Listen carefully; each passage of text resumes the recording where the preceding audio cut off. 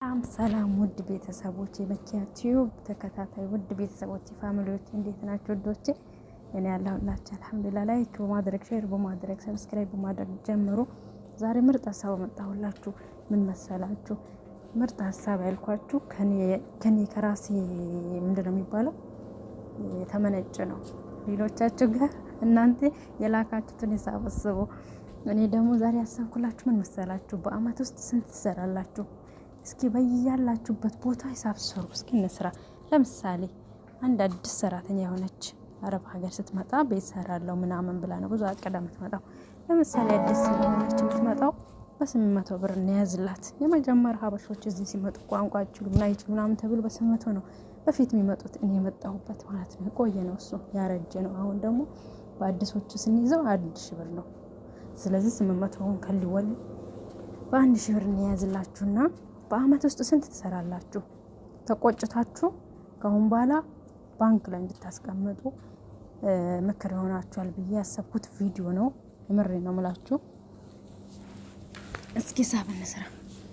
በአመት ውስጥ ለእናንተ በሚገባችሁ መልኩ ቀለል አድርጌ ማለት ነው። ማንም ሰው ወጪ የለባችሁ ማለት አይደለም፣ ግን በቃ አጠር መጠና አድርጋችሁ በቃ እንደው ቆጠብኩኝ ካላችሁ እንደው 300 ስትልኩ 300 ብታስቀምጡ 300 ስትልኩ ከአንዱ ሺህ ደሞዛችሁ ላይ ማለት ነው። እንደው በቃ ላኩኝ ብትሉ 300 ድርሃም መላክ አለባችሁ። ከዛ በኋላ ያለው የራሳችሁን መሆን ያለበት።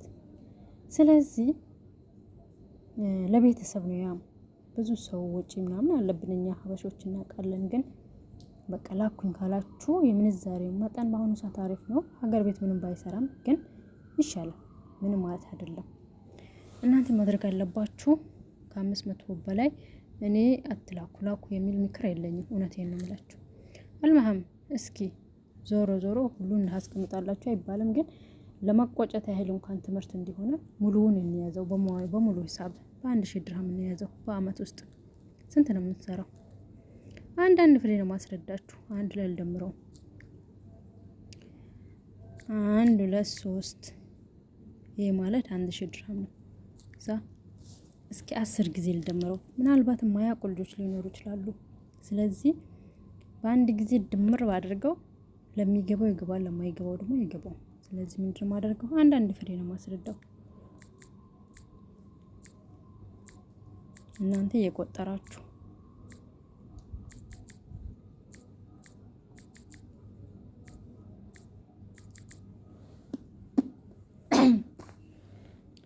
አንድ 2 3 4 5 6 ይሄ 6 ጊዜ አንዳንድ ሺህ ጽፍ ያለው 6000 ነው። እኔ አውቄ ነው እንዲያረኩት ሀባይቤ። እሺ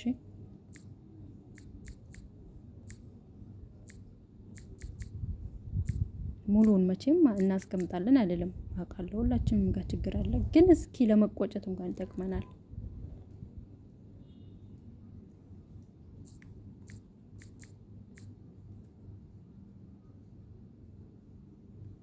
አሁን እኔ ይሄን ስንት ጊዜ ጻፍኩት መስላችሁ? 10 ጊዜ ጻፍኩት።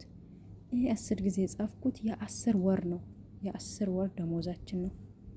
እንደው አመት ሞላ ቢባል 2 ወሩን አልጨመርኩትም። አንድ አመት 12 ወር ነው። እኔ ደግሞ የ12ቱን ሳይሆን የ10 ወሩን ነው የጻፍኩት። የ10 ወሩ ደግሞ 10,000 ነው የሚመጣው። ልብ በሉ። ያለነው የት ሀገር ነው? በያለንበት ሀገር እንትን ማለት እንችላለን፣ መደመር እንችላለን። እኔ ያለሁበት ሀገር ኢማራት ነው። ለምሳሌ በድርሃም 10,000 ድርሃም ቢኖረኝ፣ በተለይ በአሁኑ ሰዓት 10,000 ድርሃም በእጄ ቢይዝ ወይም ደግሞ ያስቀመጥኩት ቢኖረኝ ይሄ ብር ምንድነው የማደርገው? ሀገር ገብቼ ሀገር ገባሁኝ ይሄ ብር በእጄ ይዤ ማለት ዘበት ነው። እውነት ልንገራችሁ፣ ባንክ ላይ ብር ብታስቀምጡ እንኳን ምንም መፍትሄና መላ ከሌላችሁ ነው እንጂ ብር ባንክ ላይ ሲቀመጥ በጣም ነው የሚያከስረው። እውነቴን ነው የምላችሁ። ከቻላችሁ የሚሰራላችሁ ሰው ካለ መሬት እንዲይዙላችሁ ወይ ማሽን እንዲገዙላችሁ ወይ ደግሞ አፍያ ጤና በጣም አላህ አሳምሮ ከሰጣችሁ በአንድ ላጥ ብላችሁ በ2 አመት አንዴ ሀገር ገብታችሁ ራሳችሁ አስተካክላችሁ መመለስ፣ የሆነ ነገር ገዝታችሁ መመለስ የመስራት ፍላጎቱ ካላችሁ ማለት ነው። አሁን ይሄን ባበዛው በአሁኑ ሰዓት በጣም ብዙ ነው። ምን ልንገራችሁ፣ ያን የሁለት ወሩን ደሞዝ ያልጨመርኩት ቢያንስ በአመት ውስጥ ቢያንስ እንኳን ጨረስ ነው ብዬ ስላሰብኩት ነው ያልጨመርኩበት ምክንያት ማለት ነው። ሀባይቤ እስኪ አሁን ባለንበት ሰዓት ስንት ነው? እኔም ማውቀው 46 መሆኑን ነው። እናንተ ጋር አላውቅም። ስናበዛው ስንት መጣ? 460 ሺህ ነው የመጣው በአሁኑ ሰዓት። እና ያላችሁ ልጆች ሀገር ላይ ይሄን ብር በአንድ ጊዜ ከምትልኩት በእጃችሁ ይዛችሁ ግቡና የሆነ ነገር ግዙበት። የሆነ ማሽንም ይሁን ከብትም ፍየልም ይሁን ብቻ ለናንተ ሜክማኝ የሚያደርግ ነገር ብርን የሚወልድ ነገር ጨምራችሁ ይሄን ነገር አድርጉበት። ወይም ደግሞ የመጣው ይምጣ፣ የኔ ርዝቅ የኔ ከሆነ የኔ ነው፣ የኔ ካልሆነም የኔ አይደለም ብላችሁ ባላችሁበት ሀገር ላይ ወርቅ ገዝታችሁ ያዙበት ነው ባይነኝ። እኔ ሙሉውን ፓኬጅ ሆነውን ለምሳሌ ጆሮ የምንድነው የጣት የአንገት አንድ ላይ ገዝታችሁ በራሳችሁ ልብስ መደበቅ ነው። ይሄም ደግሞ አስቸጋሪ ነው። የኔ ይሰረቃል፣ ብዙ ነገር አለ።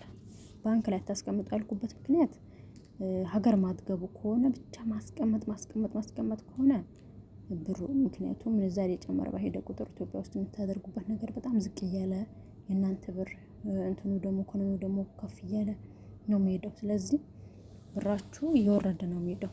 እናንተ ማድረግ ያለባችሁ ምንድነው? ታማኝ ሰው ፈልጋችሁ የሆነ ነገር እንዲሰሩላችሁ ማድረግ። ሰው ታማኝ የለም በአሁኑ ሰዓት። ይሄን ሰራልኛል ብላችሁ ብር መስጠት ደግሞ አትችሉም። ስለዚህ ብራችሁን ለሰው ከምትሰጡ እናንተ መበላለሁ ብላችሁ ካሰባችሁ በእጃችሁ ያዙትና ሀገር ስትገቡ ትሰሩበታላችሁ።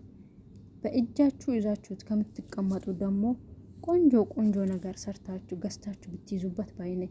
የምሬን ነው የምላችሁ። ሊሸጥ የሚችል ነገር በልብስ በጫማ ምንም አትጨርሱ። እባካችሁ እኔ መክራችሁ ነገር ቢኖር ይሄ ነው። ወላሂ ላዚም ጎበዝ ከሆናችሁ ወርቅ ግዙ። ወርቅን የመሰለ ነገር የለም። ብር ወርቅ ነገ ሊሸጥ የሚችል ነገር ለእናንተ ብርን የሚሰራ ነገር ግዙ። አሁን ይሄ 10 ሺህ ብር በአሁኑ ሰዓት 400 ሺህ ብር በአንድ መጣ ይባላል።